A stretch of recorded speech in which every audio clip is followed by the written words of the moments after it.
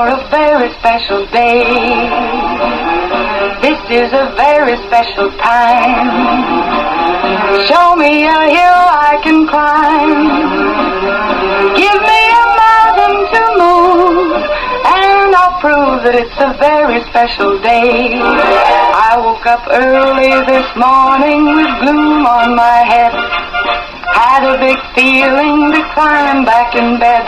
Then I looked in the mirror and somebody said, wake up, wake up. It's time for you to lose the blues, and this is a very special treat. Tell it to everyone you meet, that life is all for living and love is all for giving. So this is a very special day. Tell it to everyone along the way that this is a very special day.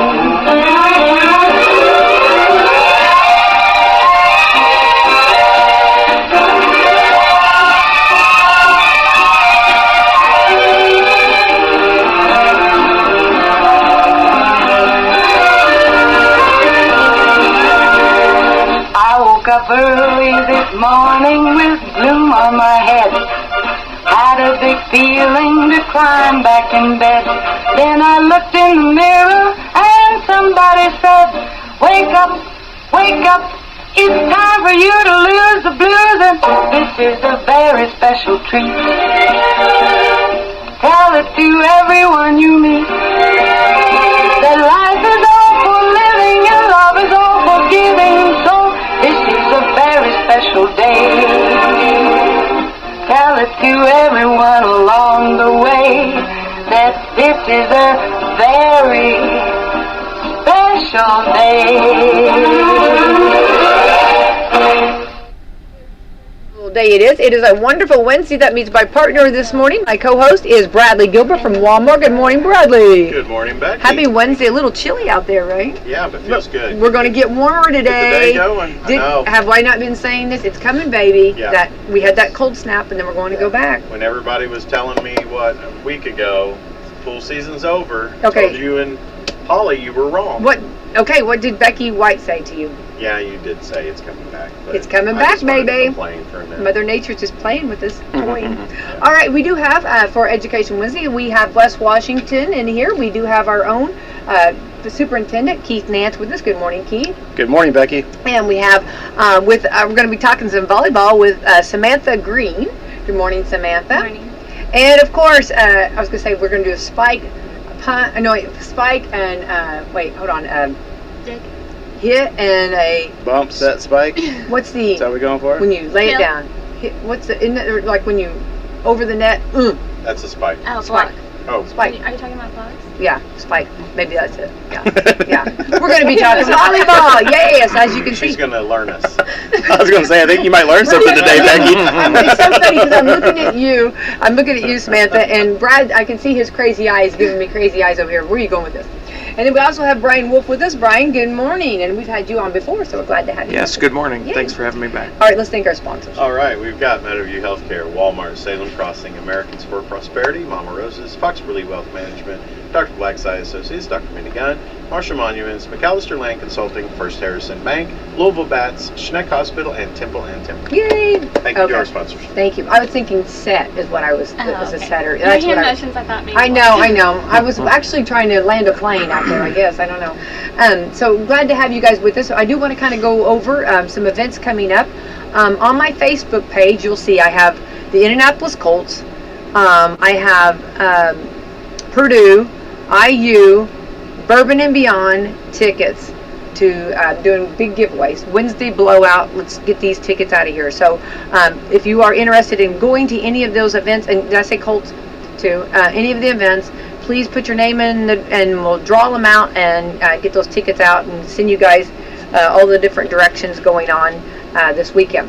Also, another direction we want to go, Camelsburg's having their big festival this weekend. Yeah. We're saluting them. They've worked hard on it behind the scenes. They've got a wonderful lineup, and I hope everybody comes out. We need to support them because Whitley and her whole team have worked very hard for this, and it's going to start off Friday morning with yard sales. So, Brad, we need a U-Haul. Yes. U-Haul. So gonna be big yard sales. Bring a truck. Keith. Bargain Becky. That's right. Hey, that's in right now. You know what I mean? You know, that's great. You know, another person's junk is another person's treasure or something like that. Remember? Yeah. Like all kinds of treasures out there. So, and I think they've got like 28 or 30 yard sales. Wow. So you talk about, and they've got a map, so you can hit all that. And then around 4 o'clock, now this is something, Keith, just to perk your ears up, the food trucks start. Oh, nice. And you ought to, the lineup of food Love some trucks. fair food. Yeah. Oh, they have very good, almost down to a science. I think they've got some really good stuff. You're going to have to pace yourself, but it's going to be delicious. And then they have free entertainment. They've got, and then that's Friday night. Then they'll also have fireworks Friday night. Then Saturday, which looks like the weather's going to be great for this. Saturday, they've worked hard. They're going to be up. There'll be that 5K run. And then the pancakes, and then the food vendors, and all of the other vendors will be. So they have worked hard, and it's going to be great. And the parade. And the parade. Yeah. Yep, absolutely. And I like it. You don't have to pre-register. Just show up. I love that. Sometimes that works out nice. Yeah. Because sometimes like you're a little nervous, especially if you have like the vehicle that sometimes runs and sometimes doesn't run, you know. And I saw that they're having a side note to that they're having a float for the veterans. So any veterans can come and be on that float in the parade. So please, if you're a veteran and want to be a part of that, or have a loved one that is, please get them out there and get them involved in that. It's always good to thank them for their service too. Yeah, and I love that our community, I love that we honor our veterans so much, and thank you so much for all that they've done. And I think that's wonderful. And if you have, like you said, if you have a veteran, bring him or her and come out and put them on the float. And what a wonderful honor for them. Yeah, so great, love that. So, yeah, so Kemmelsburg is the place to be this weekend for sure. A lot of great activity and just trying to figure out all the food. You know, thank goodness there's no calories on the weekend, right? Correct. Also, want to remind everybody too, McDonald's is doing a big fundraiser. 20% of that'll be tomorrow night from 5 to 7. 20% of the food raised will go to the teachers, so that's exciting. So I'm loving it, McDonald's. And then tonight we'll have our own Chris Hunt there live at McDonald's. In between Big Macs, he'll be. He'll be.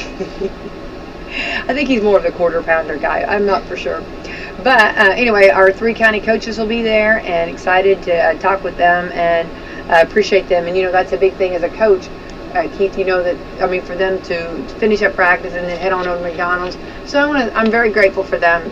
We try to feed them, and they bring some players, which we love. But I do appreciate them taking their time, because time's precious. I know that. Oh yeah, it's one of those things that adds to your schedule, but it is worthwhile to get out there and talk about your team, talk about your players. That's kind of why we brought along Samantha and Brian today to talk about some of the other programs we have going on in the fall. So we love the fact that you have Coach's Corner every Wednesday night. I know that there's some diehard football fans in this county, but out in West Washington, we have a ton of support for all of our programming. And so I thought, hey, why not bring these folks in today, talk a little bit about what they've got going on and the success they're having. A program that's been around a long time but is resurgent, and a program that is just in its infancy and just starting out. So a lot of good work going on there, and most importantly to me, it's a really, really good environment for our kids to learn and grow in, learn about teamwork, learn about perseverance. That's one of the best things about sport and competition, is the understanding that it's not always going to be easy, and you're going to face some adversity, and to learn that you can depend on your teammates and work through things and improve. And when you do get over that hump, whether that's like an individual goal or a personal record or beating teams that you haven't beaten in a long time, it's really exciting to see the kids they just really flash, and you can tell they're like, well, wow, we're like, what we've done and what we've been working on is paid off. And just a lot of amazing life lessons to be learned through sport.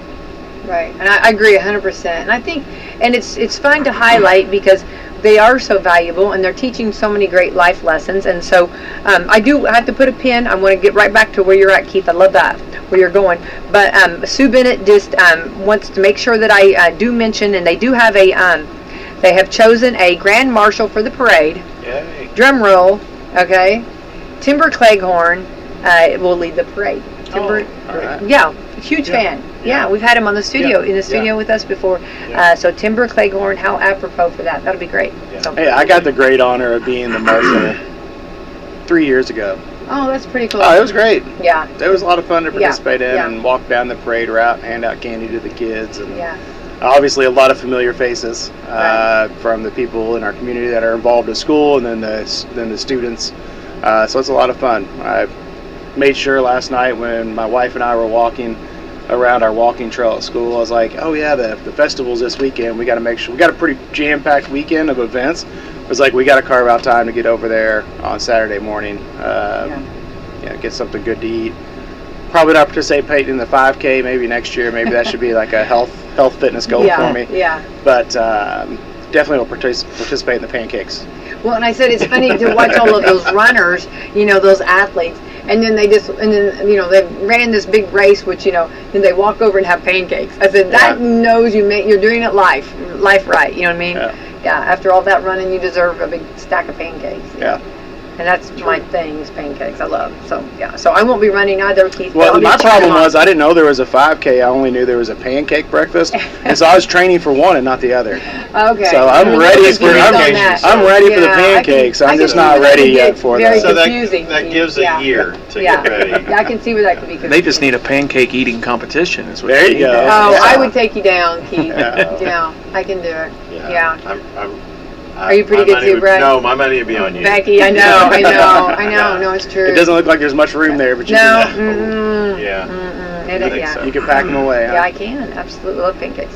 So anyway, so I appreciate Sue Bennett helping me out with that and giving me the Grand Marshal, and congratulations to him, and it's going to be a beautiful parade. All right, let's jump back into, I'm with you, Keith. I think, and I love, let me make sure I get Samantha and Brian, I love everybody having different sports. And I think as high schoolers, middle schoolers, or however early that starts, I think it's so important for them to get a taste of everything, to see what they like and what they don't like. And what a wonderful, we're going to start with you, Brian, on the golf, okay? Because golf is fairly new here, right? Yeah. Okay, so how did this all start about? Give us the... So we're just wrapping up our second season, but there was a group of girls a couple years ago that come up to me on open house night, and they had an idea to start a girls golf team. And so we really just kind of talked with them and said, this is a great goal. Here are the steps you need to take to properly approach the school about this. And so they were encouraged to meet with the school administration. They met with the school administration. They had to get so many signatures as a petition, and really just start it from ground level and build it up like you would anything else in the world. And so then they took it to the administrators. They met with Mr. Nance, and they were the ones that organized every single bit of this. Mr. Nance can speak to that. They were emailing, can we get on your calendar for a meeting? And so it was great for me to just sit back and watch that. But when they came to me about that idea, they did that because I'm the boys' coach. There was no identified coach for girls golf. They just knew that I coached golf, could maybe give some input. And so they went through that process, met with the school board, did all the appropriate steps, and then here we are. So I think it capitalized at West Washington coming out of COVID, right? During COVID, that was one of the things you could do publicly was play golf. And so I think that kind of generated some more interest in that as a sport. And then slowly but surely it kind of built up. I mean, I was even talking with, I think it's Coach Miller over at Salem for the girls team. They've got 8 girls this year, which is tremendous because I played with them last week. And so you can see that it's growing right now. Yeah, I have to agree. And I think in golf is something that no matter what age you are, a lot of business deals are done on golf course. That's right. So I think that's one of those sports, and there's so many of the sports that which I love them all, but on golf is something you can do until you're 90 years old, you know what I mean? Correct. Or 100, and that's something you'll do in your adult life. So I think that's a wonderful, wonderful thing to learn. And the basics, do you start with the basics, I guess, kind of like? Yeah, absolutely. Just start with the basics. Here are some of the rules, because, my gosh, golf has about, it seems like 100,000 different rules there are, but Yeah. here's how you tee up a golf ball. Here's, what a tee box looks like, and, here's where the green's at. And golf, every sport is technically difficult. Golf, I tell the girls, is one of the most technically difficult sports because you can have 99.9% of your swing perfect, but if you just have one little thing that's off, you may not even hit the ball. Yeah. And so I really think the girls have done a good job showing perseverance through the difficulty of learning that sport. However, the thing for me that really just makes it all worth it, other than teaching them a sport that'll last a lifetime, is when they hit a good shot. The smile on their face when they turn around. And it's actually refreshing, not to dog on my boys' team, but the girls, I mean, they cheer after good shots. The boys don't cheer after good shots. Oh, do tell. No, they get frustrated when they don't hit good shots. The girls, it's just anything they do as they get better, it makes them happy. And so we're trying to learn, how to become competitive. And I think of our golf matches we've had this year, every single match, every girl has consistently beaten their career low every single match. And so that's a sign that you're headed in the right direction. Well, that's like the biggest thing for a coach to see when you start seeing, when you rather see improvement.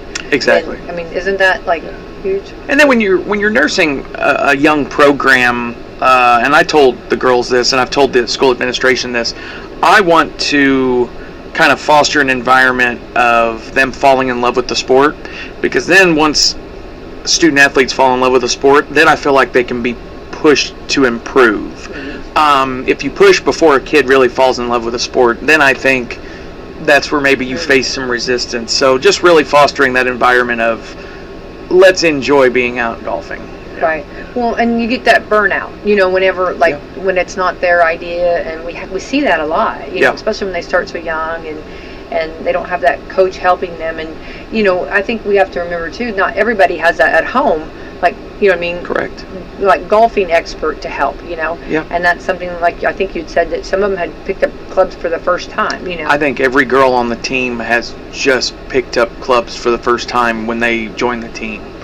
I think you're earning your nest in heaven. You're making your nest in heaven. I appreciate that. By having the patience of Job, right? To learn, right? To teach that, Yeah, sorry. I want to kind of go back from a perspective of getting things started. So, to both of you, Keith and Brian both. So, how awesome is it that you've got these kids that want to start something? They want to build something without adults saying, well, why don't you do this? Yeah. That they did. How important is that to not only the golf program, but them as human beings a little bit? I think for them to initiate something that they want is a confidence builder in and of itself. Also, it was important for us for it to be student-led because you want there to be an investment, especially when you're jumping into doing something brand new. Golf isn't a tremendous expense to the athletic budget, but it is an expense. There aren't fans there to bring in any revenue, so pretty much everything a part of it is an expense. So if you're going to make that investment, you want to make sure the kids are invested, and so you made them go through every step of the process. No, you can't hand it off to an adult. Let them cross the finish line for you. So the ladies that first got together to do that, you could see them gain confidence. Speaking in front of the school board to a lot of people could be pretty intimidating, but they did an excellent job. They also helped build the momentum of the excitement amongst the student body, because you can't just have 2 or 3 or 4 girls that want to start a team. You want to have something that's going to be repeatable, and so they had to go around and talk up the sport to other girls and other people in the school. Some of the people that signed the petition weren't just girls that were going to participate, but there was a list as well of these are the individuals that have an interest in coming out and participating.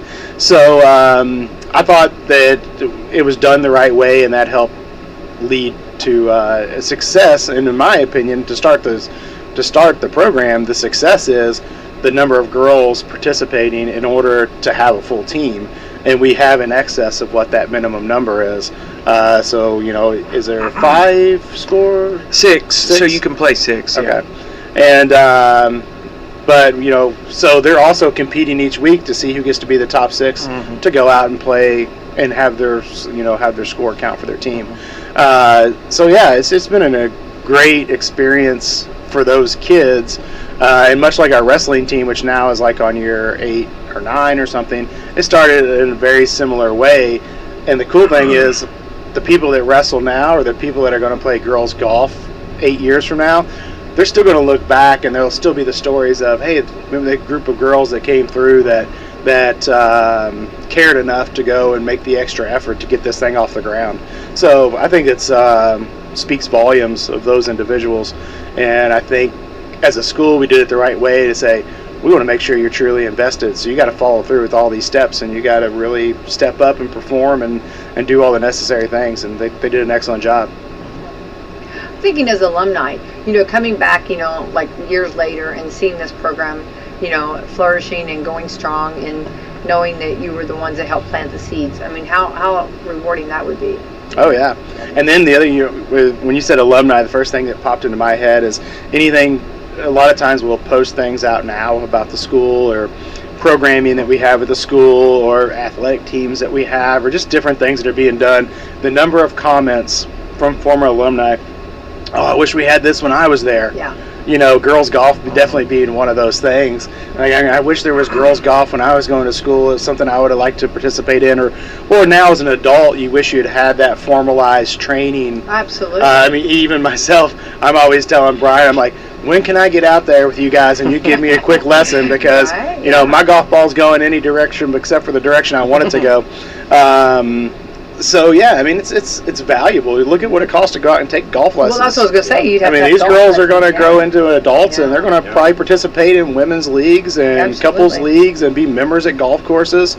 And again, it's something they can do. It's healthy, physically and mentally, as long as you don't put too much stress on yourself. I don't know how mentally healthy it is for the guy that's playing the hole in front of me and his 7-iron gets chucked Throwing into his the golf club. gets chucked into the creek or something. But for most people, it's a healthy thing to do. So I think it's going to be great for the number of girls that are participating now and the girls that can participate in the future. I think it's awesome. Brian, Brad and I are working on our golf, announcing. So maybe, if we'll keep practicing our golf voices. Yeah, that's what, you're going to work on your whisper voice. No, Yeah, I know. yeah. Well, look at us both.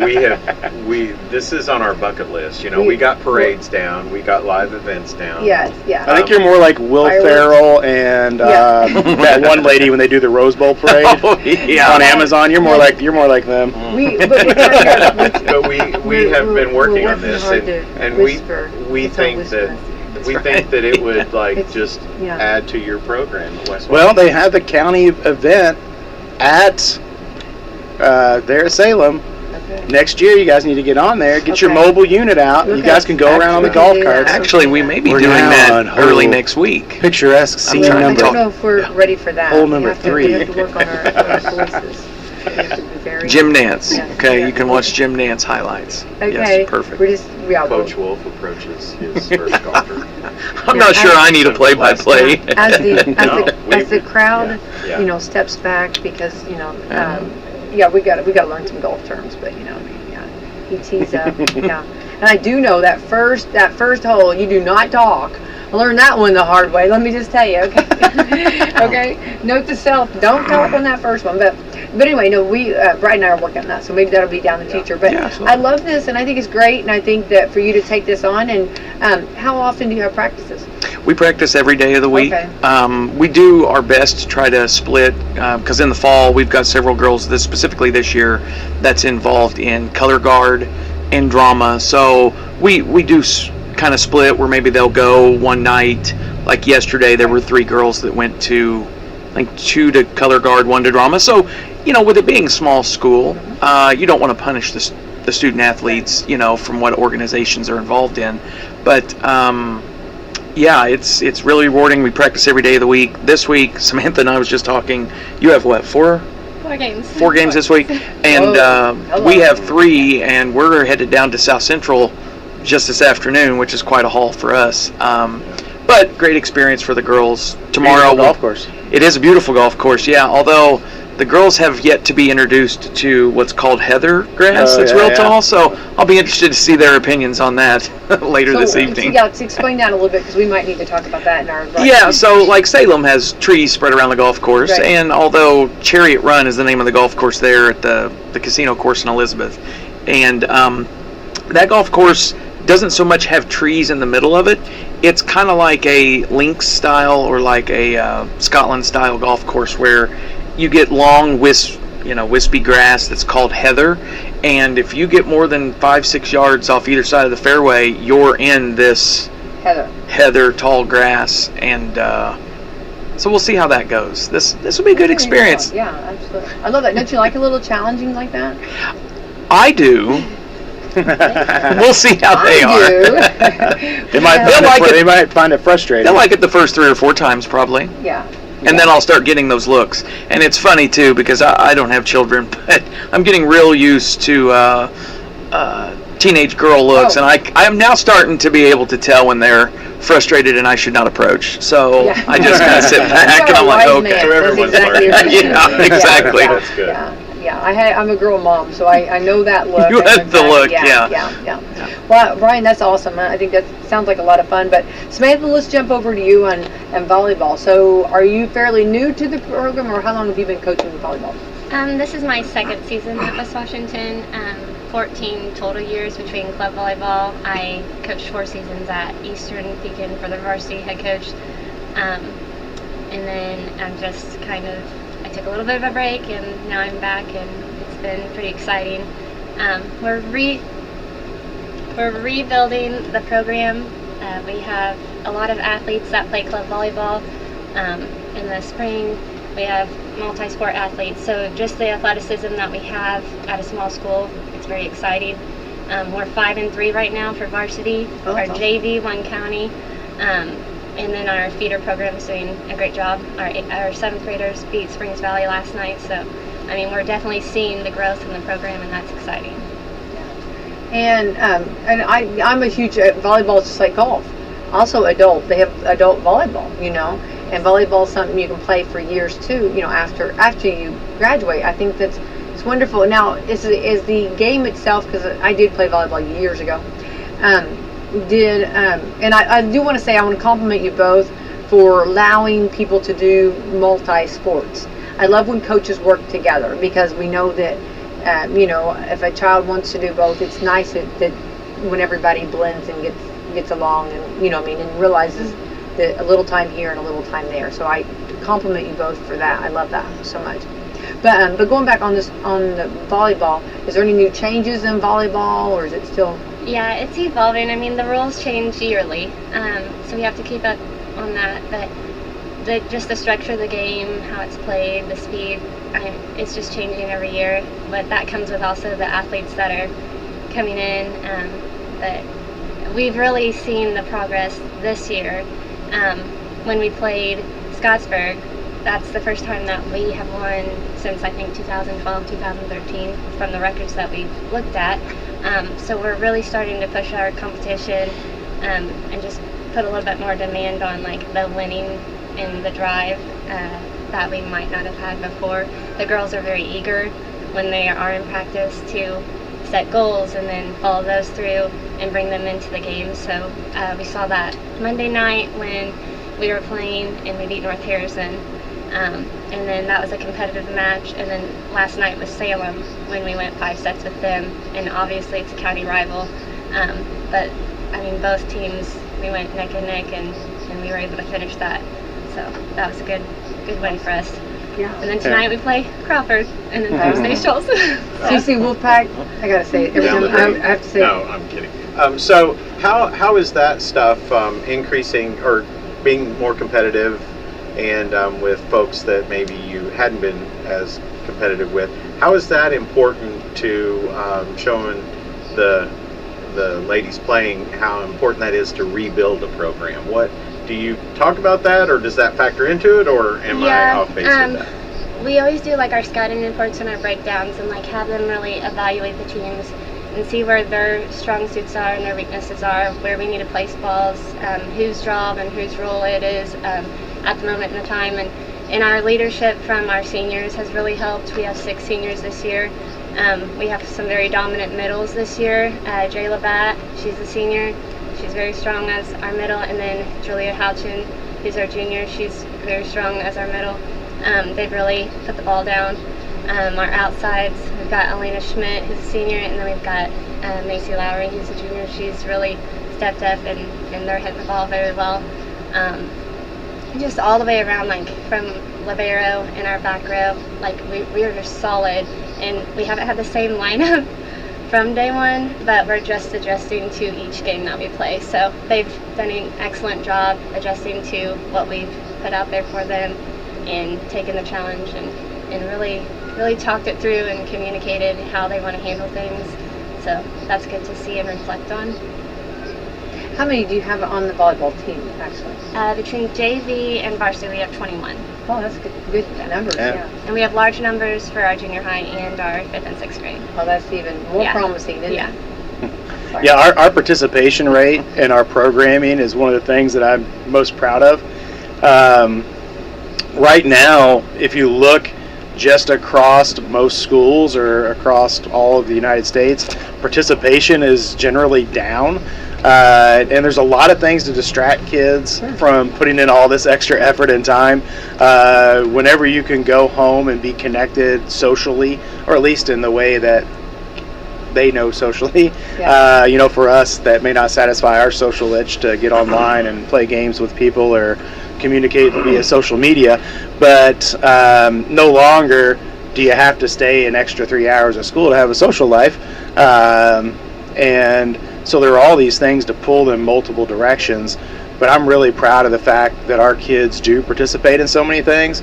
We've talked about this before, what it means to our school and what it means to them. Just to have that extra tie to something is hugely beneficial, because it gives you pride in your school, gives you pride in the things you do, helps you understand that all things don't come easy. I don't know, I just think that all the programming we have, and they all have strong participation, speaks volumes of our kids in our community, but then also the people that are willing to step up and take on that programming, because you can't halfway do it. That's kind of the way our standard is out there, is that if we're going to do something, we're going to do it with excellence. And so that means a lot of commitment from the people that sign up to do those things. And coaches do get paid, but I coached for a lot of years, and I will tell you, it is pennies on the hour. Because these coaches want to do what are best for the student athletes, but they're also got a competitive soul. They got a lot of pride in the school too, and so it means something to go out there and throw on a red, white, and blue and compete. We have a lot of pride, and we want to work hard, and so that happens from the top down. So I just thank Samantha and Brian for their commitment, but all of our coaches and all of our club sponsors that just go out of their way to do extra for our kids, because those are the memories that are going to last forever. There's going to be some of these seniors that when they get together for their first reunion and they get together for their 50th reunion, they'll be talking about, we got over the hump our senior year and we accomplished these things. How cool was that? And what a great memory it was to have that season together. So it is just a game, but to the kids and their memories and what it makes them feel about the school, it's far more than a game. I think every coach should never do math at how many hours they put in to what their paychecks are. Yes, I'm sorry, I had to laugh out. They'd be picketing with signs. Yeah. So I think it's and it's hard to find coaches too, because it is a lot of, you give your all during the classroom, and then, and then that after, and then you've got a whole nother family when you're talking to your team, and then you, after practicing, you have to go home and maybe take care of another family, and so it's there's a lot of commitment and dedication. And I didn't realize, I guess I forgot on volleyball, how many volleyball games are in 1 week. Is that normal, or is that that's almost like a basketball, isn't it? Yeah, pretty much. We play anywhere from 28 to 30 games before sectional. we have 4 games this week. We had 1 game last week. And then next week we'll have 3. So I mean, just to fit it all in the short time frame before basketball season starts, and like if we were going back to, we have girls playing fall softball right now, and travel ball still is going on some, and I mean, just the demand that we have weekly for these kids as student athletes, and the amount of academics and the juggle and everything. So I'm really proud of my girls who have stepped up, and the leadership and the dedication that they put into academics and sports, and it's a lot, and we understand the struggles, and I mean, they're adjusting well, so I'm proud of them. Well, I think it's time. I mean, look at the time management they're learning, Mm-hmm. and looking as athletes, taking care of their body, getting their work done. I mean, they're learning how to organize, how to make priorities. On staying up late or going to bed and getting some rest, or and eating healthy, and so I think that's great routines to get into. I know a lot of our kids that either go to college or straight into work. It is funny because they'll be like, "Well, this is nothing." Yeah. Like I can manage my college schedule, have this little part-time job, and keep up with my studies. I've been doing this for years. Yeah. Or let's say you go the traditional route and you end up in a 9-to-5 traditional 40-hour work week. They're like, "Well, gosh, between school and sport, I was doing 70 hours a week, and this is nothing." Yeah. Luckily for our coaches, we do have a season only lasts so long, so they get that ability to recoup.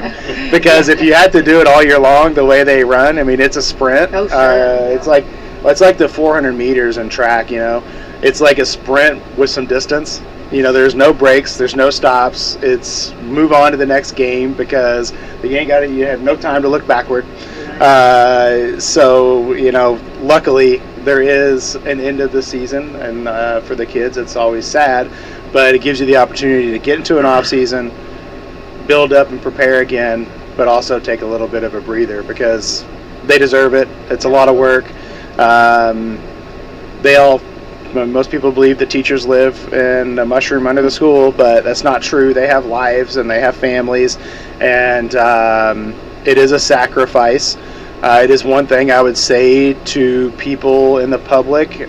We really care about your children, and we spend a lot of time working with your children. We would never do anything to hurt your children. I understand the emotions of a parent, but you always got to take a deep breath, take 2 steps back, look at it from a more aerial view. These people are sacrificing time with their own families that they love and care for. We really don't need, if someone's done something wrong, we can surely admit we've done something wrong when we've done it. But you also have to give us some of that trust to say, this person has spent a ton of time with my child. They care about my child too. They have their own families. They know what it's like to be a parent. And give some grace to the coaches. Why is it hard to find them? It's not because there's not plenty of people that love volleyball or experienced volleyball when they were players, or love the game of golf, or love basketball. It's because of that pressure and the intensity and the microscope that they're put under, even at a small school like West Washington. And it's because we take pride in the things we do, and we all want to be good, and we all want what is best for our children. But we need to be together in that. We are certainly not going to put someone in a position of power to work with kids that is anti-kid or is going to mistreat kids. It's always the number one qualification for a coach is, how are you going to treat the student athletes and the kids? Right. Wins and losses are great, but the experience means more than just wins and losses.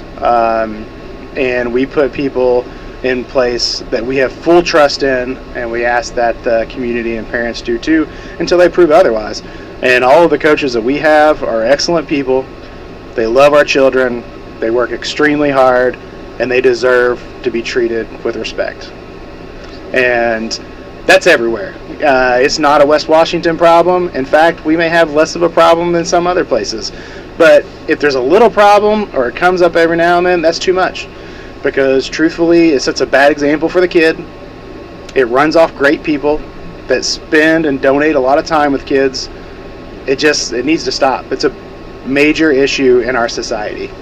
I don't know, it's a bit of a soapbox situation. But these people are spending a lot of their valuable time for very little other than it fulfills them to work with your children. And, you know, there should be some respect given for that. I agree. And I think, these coaches are giving these student athletes life lessons that parents alone could not give their kids. And it just, but I agree with Keith in that, you know, it's across the board everywhere, and not to blame one thing, but, you know, it's very easy to be that keyboard warrior. It's very easy to be on social media, and it's also very easy just to automatically assume that the worst in everything, and that's kind of a societal problem. But I think that we need to spend more time celebrating and going back to that. You know, we were talking about, Keith was talking about, you know, kids when they do stuff later, you know, they're just like, this is a piece of cake, you know, and I've said it many times, I'll hire these kids anytime because they have a work ethic, they have good time management, they know how to do things, and but isn't it kind of good at the same time to hear someone come back and say, well, life maybe isn't as hard as I thought it was going to be, and maybe that was because what you guys are doing at West Washington or any other school to kind of prepare them, give them those life lessons. Sometimes when you're giving those life lessons to the kiddos, they don't get it at that moment. But I'm sure all of us in this room can think about a teacher or an administrator or a mentor or somebody that you're just like, I'm glad they had standards, and I'm glad they, more importantly, taught me how to set high goals for myself. And I think teams too. You also learn the fact that you don't have to do everything on your own. Yep. You don't have to face every obstacle by yourself. And I think that's what team sports also teaches and preaches, which is we're going to get together and we're going to tackle this, and to understand that it's okay to ask for, man, I need some help with this, I need some assistance with this, because there's so many aspects of life, and for teenage life especially, that you can't just isolate. You know, isolation just compounds the problem. You really need to have a network of people, and that is one of the beauties of living in a community like ours. It's funny, the same person that may have an issue at a game with the coach, you know, 3 weeks later, maybe the one that volunteers a ton of time and effort to do something. And I know in a small community, it's like my son was talking about at IU, they're going to do a project, and they're going to Odin, Indiana as a part of their project, and they're trying to get a national or a state landmark there. So they're doing all the work that takes for that. And so beforehand, someone came in and talked about rural communities. Well, everyone there was maybe the East Coast people or people from Indianapolis or much larger places, and the person's coming in and teaching about this. And you know, Clark answered a handful of questions. She goes, I can tell you're from a rural, small community, because at one point he said, everyone knows exactly what's going on with you and might have an opinion about what's going on with you. He said, but the next day, if you need help, they may show up and help you do whatever you have to do at your house for 6 hours. It's almost, we are so close like a family. We feel like we can treat people like family, and sometimes we're willing to hurt the people that are closest to us because we know we're not going to run away. They're going to be there tomorrow. But in the case of sports and teachers and coaches, I just ask that people use good common sense. Make sure you got clear boundaries. One of those boundaries is not to act out of the emotions at the moment, because generally everyone is pretty logical, very kind, but when you act off emotion, you can do things that you would regret. And with our kids, it's easy to get emotional. It's really easy to get emotional. That's why you have to take that time, take 2 steps back, take some deep breaths, and say, okay, if I do need to deal with this, I do need to handle it, let's handle it when we're all cool-headed and can talk about it in a calm manner and not act out of emotion, because everyone regrets that after it happens. I want to use this as an opportunity to recruit. In golf, you're encouraged not to talk, so it's a much quieter environment. I know volleyball, I'm sure, yeah, those heat of the moment emotions.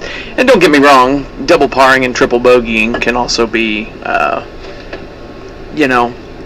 frustrating. But that's one good thing I like to say, because I had a parent actually just yesterday ask me, well, have you ever had to throw a parent out of a golf match? And I'm like, well, no, I haven't. Hopefully I never have to come across that experience. But I think what you said is exactly right in that those heat of the moment, it's frustrating, right? I mean, I have my own personal teams that I support, and as I look around in here and see IU stuff, which is completely fine as a Purdue fan. I saw a Purdue thing over there. I've got Purdue stuff too. We Yeah, absolutely. Different ways, so, yeah. Well, we took our volleyball team to Purdue camp, but my husband is a diehard IU fan. But when we took our kids to Purdue camp this summer, it was kind of an eye-opener because I kind of took for granted that we could just up and go and even though it's 3.5 hours away, some of our freshmen have never been away from home. They have never left Washington County. And so seeing that as the bit of a homesickness and learning how to adjust and, all the emotions that come with it while also playing 14-hour days because we're up at, 6 o'clock in the morning. We play till 10, 11 o'clock. Just managing the time again and coming together and finding the responsibility and the leadership within each other from freshmen all the way up to seniors, that was a big eye-opener. And I know we were rebuilding and restructuring our setters, so we had a freshman, Kinley Conrad, come in, and she was having to go back and forth between a few gyms that, could be anywhere from a mile apart up there at campus. And then Adele Brown, who stepped up this year, because we lost a really good setter last year with Emma Schmidt. So we've had a lot of readjustment on, the roles that these girls are having to play and how well that they've adjusted. And Lainey Cameron having, to play different roles with her libero and adjusting to different rotations. And I mean, it's just restructuring, rebuilding. And these girls that are freshmen, it was an eye-opener because the pace is just so different from 8th grade. And in the summer, going 3 to 4 days a week, they've really had to figure out how to manage their time and how to practice and how to put forth more effort. And I mean, they even said this is a lot harder than we expected, but with that, they're starting to see the rewards on, we're getting some big wins, we're adjusting, we're relearning, and seeing that with them and having them say that, it means a lot to our coaching staff because we do put a lot of time and energy into this, and we've started to restructure this program from the day after sectionals last week. So making it into the sectional championship and then coming back the next day and being like, okay, how are we going to prepare for next year? So it's constant minds of motion with our coaching staff on how we're going to win more ball games, how we're going to play these people in the positions that are best for them, and really putting their talent and putting the puzzle together. So. And that's great because they are seeing firsthand that if you want something that means more, you have to work harder, and that is a direct example of that. That's wonderful. Well, I think both sports are so unique in the fact that volleyball, I mean, you have to get the right formula. Mm-hmm. You got to get that right, personalities together and figuring that out. And, and then when you're doing 4 games back to back, then, once you won one game, then okay, it's in the rear view mirror. Now we're going on to the next. Who's our next victims? Yeah. Well, tonight's Crawford, but we have no practice time from Salem to Crawford. Yeah. So you just and so bang bang. But I think because with volleyball, what I love though is it is that team effort when when the ball comes over and everybody's getting that hit to get it back over. You know what I mean? And and there is a lot of this is why this was my sport, Brian, because there's a lot of hollering. There's a lot of talking. We had our coach always scream, wrong communication, So I even as an adult, if we were right now playing, I'd be screaming mine. Yes. You know what I mean? You can't help it. And there is a lot of communication in that, which I enjoyed, and I love that teamwork. And then when you see it, when you hit that and you get it over and you smash it or what, or I don't know, I guess what I'm thinking here. It'll come to me. I can't. Anyway, a spike and you can kill it. Yeah, kill it. I mean, there's nothing better than that, you know what I mean? And then you look at each one of your teammates and you're like, we did that, you know, so I love that. But then you go to golf and you know that, like, your personal best will make the whole team do good. Yeah, you it's know? an individual sport. Yes, yeah, yes, more correct. like track and field, you know. Correct, yeah. Which I think having the combinations are great, both. Because you are taking responsibility. If you don't do well, you're the one, you know. And then on the team, it's the whole team doing. You know, I think both sports are, or cross country would be more of the individual. Cross country as well. And But a really good example of that is last year our boys golf team won the PLAC the first time in a long time. I don't know the exact year. I'm sure Brian can 21 pull years. that up. But it came down to the last golfer and we tied, their score, because there was a tie, and the tiebreaker was the alternate golfer. Yeah, so in PLAC, and it's see, like PLAC and most other sports, right? It's every time you have an individual match with a PLAC opponent. In golf, it's one day, all PLAC teams are there, and you better hope that you're on that day. Having a good day, yeah. And so we can play 5 golfers, and you count the 4 lowest scores. Well, ironically, what ended up happening was our 4 lowest scores tied Paoli's 4 lowest scores, which, side note, is actually coached by my younger brother. So that was a very tense moment. It's like the Kelsey brothers, right? Yeah, and we love each other like the Kelsey brothers. But and then it goes to the 5th score, and so who had the lowest? And Silas Batt had the 5th lowest score for that day, and we were able to win that due to that. So even though golf's an individual sport, you have to come together as a team. But I'm always amazed with volleyball.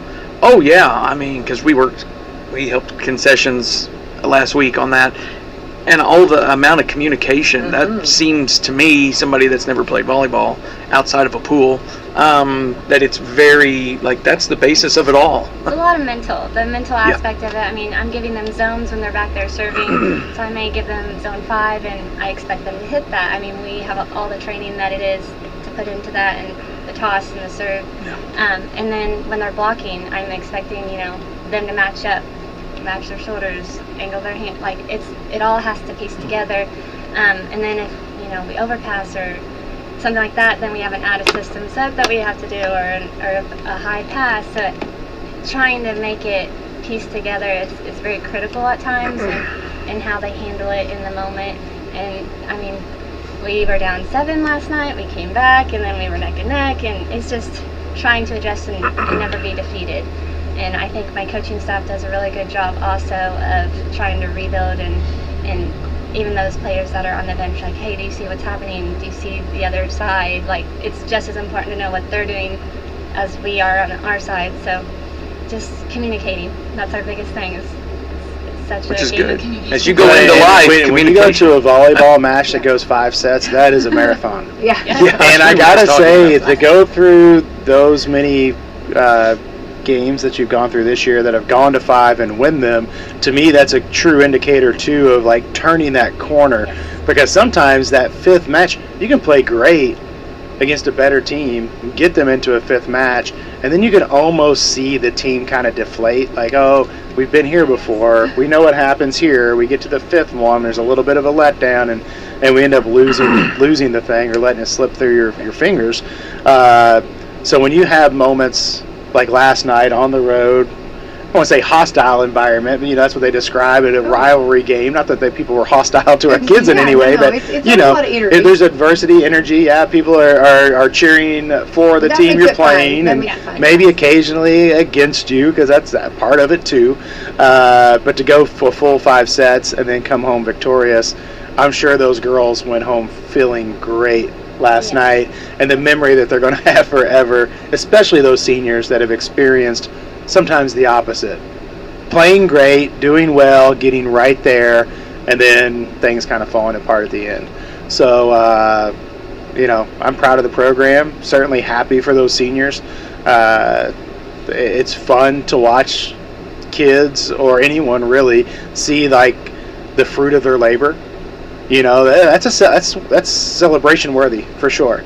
To be able to look at that and say, wow, you know, we're turning a corner and maybe changing the trajectory of the program into the future.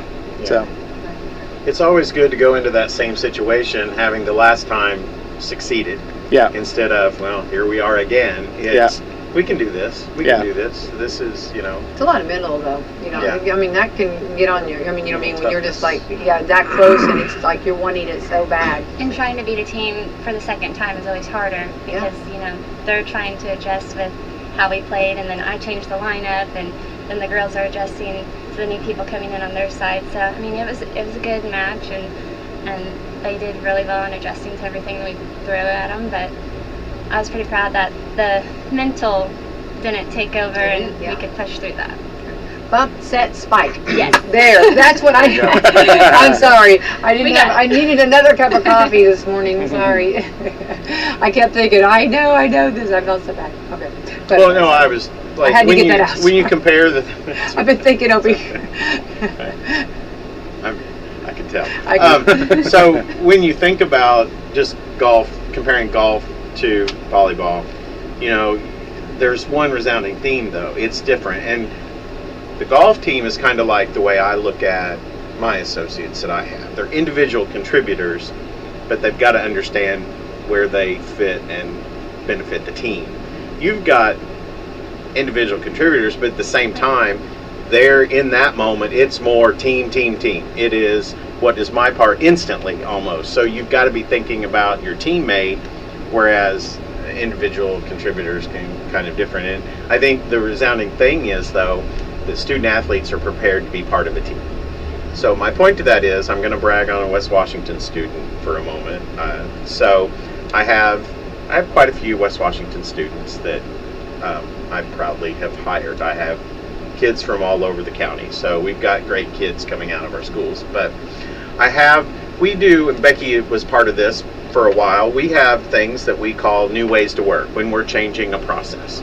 And so holidays are coming up, so the back room is going to get, not chaotic, but it's going to have a lot of turn because of holidays. So there's a former West Washington student who works for us, who also is going to college, but was a football player. And so his team in the back room, he's not a leader on the team other than he's a leader as in getting his coworkers to do things and to understand. There's a new way to work and a new process for our new apparel stuff that's coming in. And so this young man took it upon himself to things he had learned, and he got his supervisor came and said, well, you'll be proud of so-and-so because he got the team together. It wasn't working. The new way to work, it was just, they weren't clicking or whatever. And he's just like, well, we're going to think of this like a new play when I was playing football. What are we going to do? And he moved people around that were used to doing the same thing, etc. And he found, just by working with them every day, and granted, he's not a supervisor, but he is a leader on this team.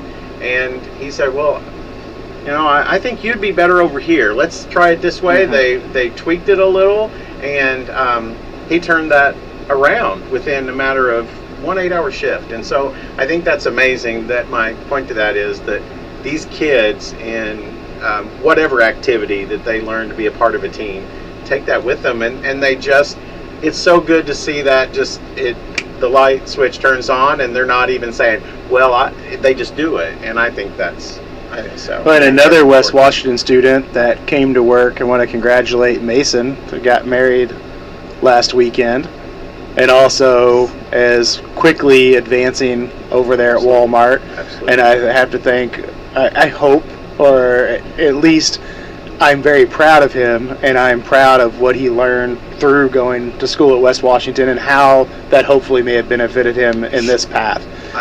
I think it 100% benefited him. I think that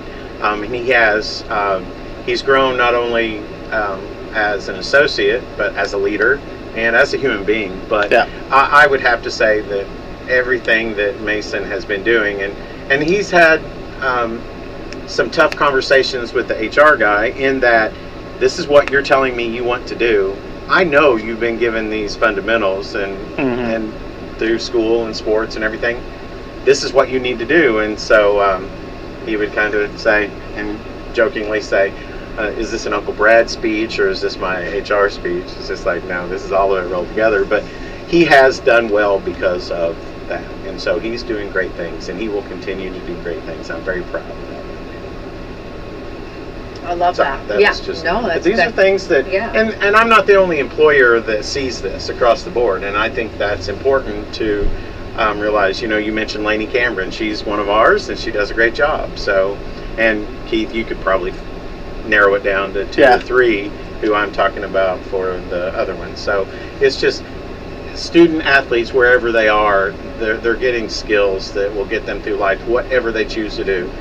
Go to college, go straight into the workforce, do college and workforce at the same time, and they just kind of opens doors for them. And so hats off to the coaches too. You guys are the ones that are doing that, so the heavy lifting. So let's appreciate that. I agree. A lot of learning, a lot of multitasking.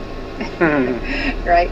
Well, Keith, thank you so much for bringing Brian and Samantha in this morning and meeting and hanging with you guys, and keep up the great work, and go team go, and we'll give you guys a pep talk. Of course, I left my volleyball career for cheerleading, so I'll cheer you guys on, and keep up the great work, because you are making a difference, and very good and well that your words will forever be in their head. I mean, as they grow up and they become adults, and out there, they're going to hear words or sentences or thoughts or feelings, how you guys made them feel. So that's very valuable. So Thank you. That's pretty awesome. So, Keith, great job. So keep up the great work over at West Washington and hitting it hard. And I guess we're all got the countdown for fall break coming up. And yeah, I try not to count down. I try to impart that on people too. Some people still do it, and that's okay. It's just not the way I like to think of things. But fall break will be a welcome break when it does get here in about a month or so.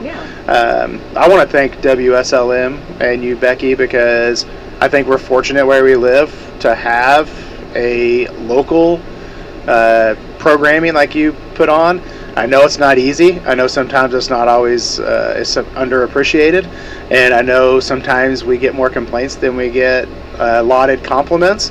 So we appreciate the coverage of our school. I know the other 2 schools do as well, and I think what you're doing here as a legacy to your family and what you're doing here for our community is extremely valuable, and I appreciate it. thank you, Keith. Very kind words. Thank you for that. Appreciate that. I do. So, Brad, keep up the great work over at Walmart. And I do have to have a disclaimer. Yeah. I apologize because I don't want to take anything away from Mason. He is not my nephew. He just jokingly calls me Uncle Brad, so everything he's earned at Walmart is on his own. Okay. It's not me. So, yeah. All right. So, anyway. Brian Wolf, Samantha Green, thank you guys for coming in. Keep up the great work. Keep doing what you're doing, coaching, and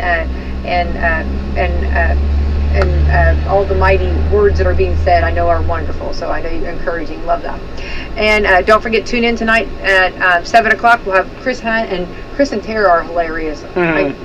Tara really does a great job on the radio. Yeah. She's, No. Very impressed with her. She's the brains of the operation. That's what I tell them every time I see him. I know. Yeah. I think She's used to keeping him on task, so that's good. She's so my anchor right there. Yeah, she's my anchor. I knew. She If knows we the put Chris on, we're going to have a good anchor there. Yes. I mean, Tara's fantastic. Yeah, he'll get pretty excited, and she'll get him back on track. Yes, Yeah. exactly. Absolutely. Yeah. And Brad, let's thank our sponsors. All right, we've got Meadowview Healthcare, Walmart, Salem Crossing, American Sport Prosperity, Mama Rosa's, Fox Lee Wealth Management, Dr. Black's Eye Associates, Dr. Mindy Gunn, Marshall Monuments, McAllister Land Consulting, First Harrison Bank, Louisville Vats, Schneck Hospital, and Temple and Temple. All right, best day ever. Thank you. The Campbellsburg Country Festival is back and ready for its 31st season on Friday and Saturday, September 12th and 13th in Campbellsburg, Indiana. Come out and try a variety of food vendors, craft booths, and a weekend of down-home fun. The festival kicks off with the Miss Country Girl pageant on Sunday, September 7th at 3 p.m. at West Washington High School. Events on September 12th include the annual town-wide yard sales throughout the day and opening ceremonies with live music from the Little Mountain Band at 5 p.m. and the Monarchs at 7 p.m. On Saturday, September 21, there is a 5K and pancake breakfast to get things underway, followed by a baking contest, antique farm machinery show, Little Mr. and Miss contest at noon, Silly Safari at 11 a.m., and a parade at 2 p.m. There will be food vendors, plenty of activities for the kids, live music, and fireworks to close out the day at 9 p.m. For more information, contact Whitley Clements on Facebook or see the festival Facebook page for more information about entering the different contests. All roads in southern Indiana lead to Campbellsburg on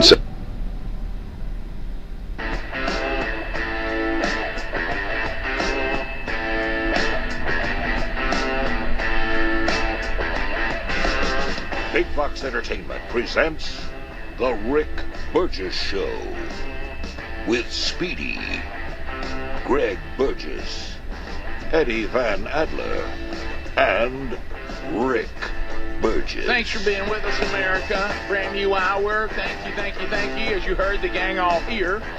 Loving hanging out with you. Unscreened phone calls. We'll do that again before we're done. Thanks for your participation. Hey, birds. Checking the emails as well if you have questions. That's always a potential update. We've covered a lot. Don't forget the daily archives. Wednesday Bible study back today.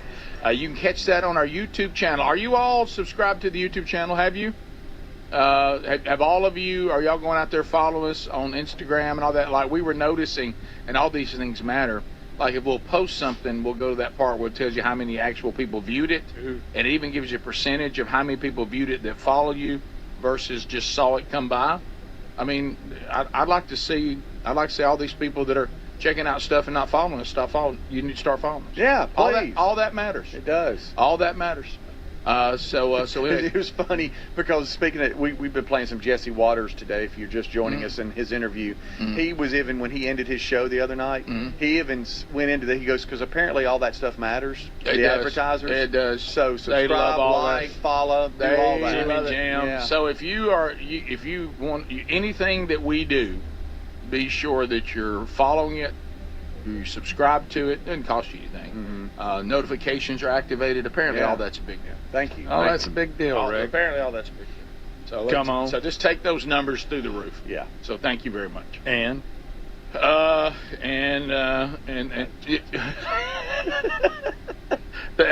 the roof. And so that, and you know what? Greg posts every now and then. So be sure you're following his too. Follow, like, Jimmy Jam. Okay. So when we start this hour. I know this is the stuff that gets everybody stirred. First of all, we'll start with this. Mysterious NASA announcement. Oh, yeah. Sparks theories. Life has been found on Mars.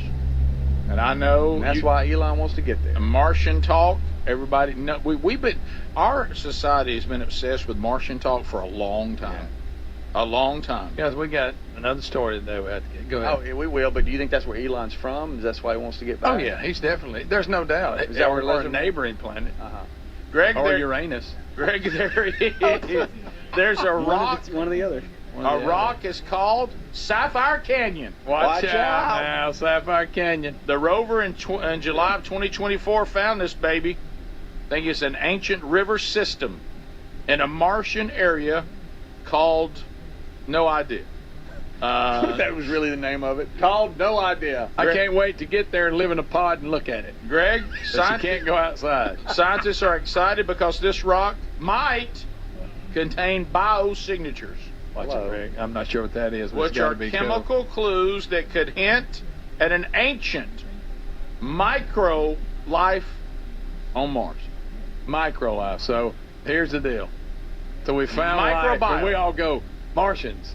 No, it's a grub worm. You know, that's what it's going to be, something like that. A grub worm would be big. I don't care about that. You care about that? Oh, you mean just like we got mosquitoes and stuff like that? If there's that on another planet, that don't mean nothing to me. It's life on another planet. I said it wasn't. I mean, it's just, but it ain't doing anything. You have no interest. You don't want to see a grub worm on Mars? No. That don't impress me. Right. I want a Martian. I want somebody either walking around looking weird or somebody that looks like us, but they're just Martian. Right. And they don't have to live in a bubble. They can actually walk on Mars. What would mean something to you if a grub worm could talk and it was on Earth and honestly, it said, I'm going to be honest with y'all. And I know that's a big deal science-wise, blah, blah, blah. There he goes. But if it's a fly or a worm, I don't care. Release. But do y'all care? Y'all care. Ooh. Hey, wow. Guess what, guys? We discovered a grub worm. Right. Let me. Send the armadillos up there because they're tearing my yard up looking for